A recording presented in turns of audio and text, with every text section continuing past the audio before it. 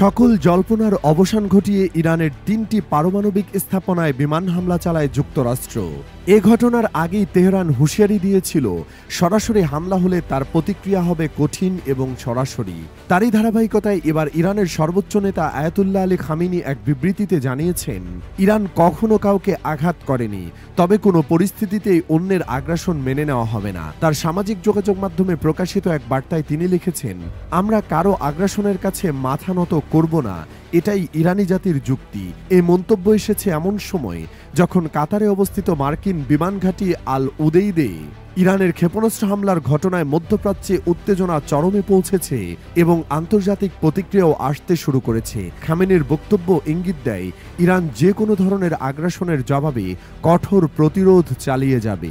ইরানের Islamic revolutionary guard IRGC এরই মধ্যে কাতারে মার্কিন ঘাঁটিতে ক্ষেপণাস্ত্র হামলার কথা স্বীকার করেছে। একই সঙ্গে ইরাকের একটি মার্কিন ঘাঁটিতেও হামলার খবর পাওয়া গেছে। হামলার পর এখন পর্যন্ত যুক্তরাষ্ট্রের প্রতিরক্ষা বিভাগ বা কাতার সরকার আনুষ্ঠানিক কোনো বিবৃতি না দিলেও ইরান হামলার সত্যতা নিশ্চিত করেছে। আল উদেইদে ঘাঁটিকে ঘিরে ইতোমধ্যেই সর্বোচ্চ নিরাপত্তা সতর্কতা জারি করা হয়েছে। এই পরিস্থিতিতে মধ্যপ্রাচ্যে যুদ্ধ আরও গভীরতর করার পাশাপাশি যুক্তরাষ্ট্রকে সরাসরি ইরান ইসরায়েল সংঘাতে জড়ানোর আশঙ্কা তৈরি করছে। এদিকে ইসরায়েলি প্রতিরক্ষা বাহিনী আইডিএফ জানিয়েছে, ইরান থেকে ইসরায়েলের ভূখণ্ড লক্ষ্য করে ক্ষেপণাস্ত্র ছোড়া হয়েছে। এতে বিভিন্ন এলাকায় সতর্কতামূলক সাইরেন বেজে ওঠে। আইডিএফ এক বিবৃতিতে জানায়, ইরান থেকে ছোড়া ক্ষেপণাস্ত্র শনাক্ত করা হয়েছে, আকাশ প্রতিরক্ষা ব্যবস্থা সক্রিয় রয়েছে এবং হুমকি প্রতিহত করার চেষ্টা চলছে।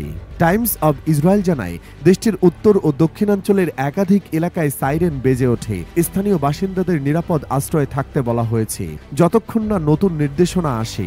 এমন পরিস্থিতিতে মার্কিন প্রেসিডেন্ট ডোনাল্ড ট্রাম্প এক ঘোষণায় দাবি করেন, ইরান ও ইসরায়েল পূর্ণাঙ্গ যুদ্ধবিরতিতে সম্মত হয়েছে। তবে ইরানের পররাষ্ট্রমন্ত্রী আব্বাস আরাগচি এ দাবি প্রত্যাখ্যান করে বলেন, এখন পর্যন্ত যুদ্ধবিরতি বা হামলা বন্ধের বিষয়ে কোনো আনুষ্ঠানিক চুক্তি হয়নি। তবে তিনি যোগ করেন, যদি ইসরায়েল তেহরানের সময় অনুযায়ী মঙ্গলবার ভোর 4টার মধ্যে ইরানি জনগণের উপর তাদের অবৈধ হামলা বন্ধ করে, তাহলে আমরা আর পাল্টা হামলার পথ অনুসরণ করব না।